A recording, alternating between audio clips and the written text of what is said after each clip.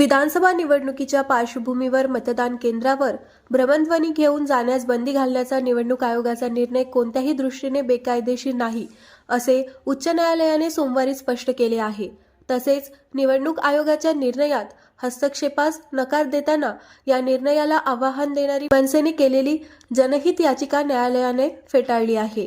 निवडणूक प्रक्रियेच्या सुरक्षित कामकाजासाठी आवश्यक त्या उपाययोजना करण्याचा अधिकार केंद्रीय निवडणूक आयोगाला आहे, असंही मुख्य न्यायमूर्ती देवेंद्र कुमार उपाध्याय आणि न्यायमूर्ती अमित बोरकर यांच्या खंडपीठाने मनसेचे कार्यकर्ता उजाला श्याम बिहारी यादव यांची याचिका फेटाळताना नमूद केले आहे।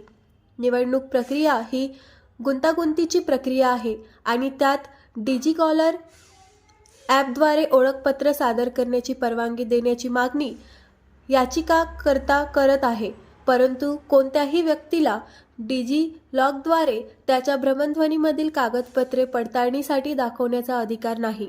त्यामुळे मतदान केंद्रावर भ्रमणध्वनी घेऊन जाण्यास बंदी घालणारा निवडणूक आयोगाचा निर्णय आम्हाला कोणत्याही दृष्टीने बेकायदा आढळून येत नाही, असं देखील खंडपीठाने यादव यांची याचिका फेटाळताना अधोरेखित केलं आहे।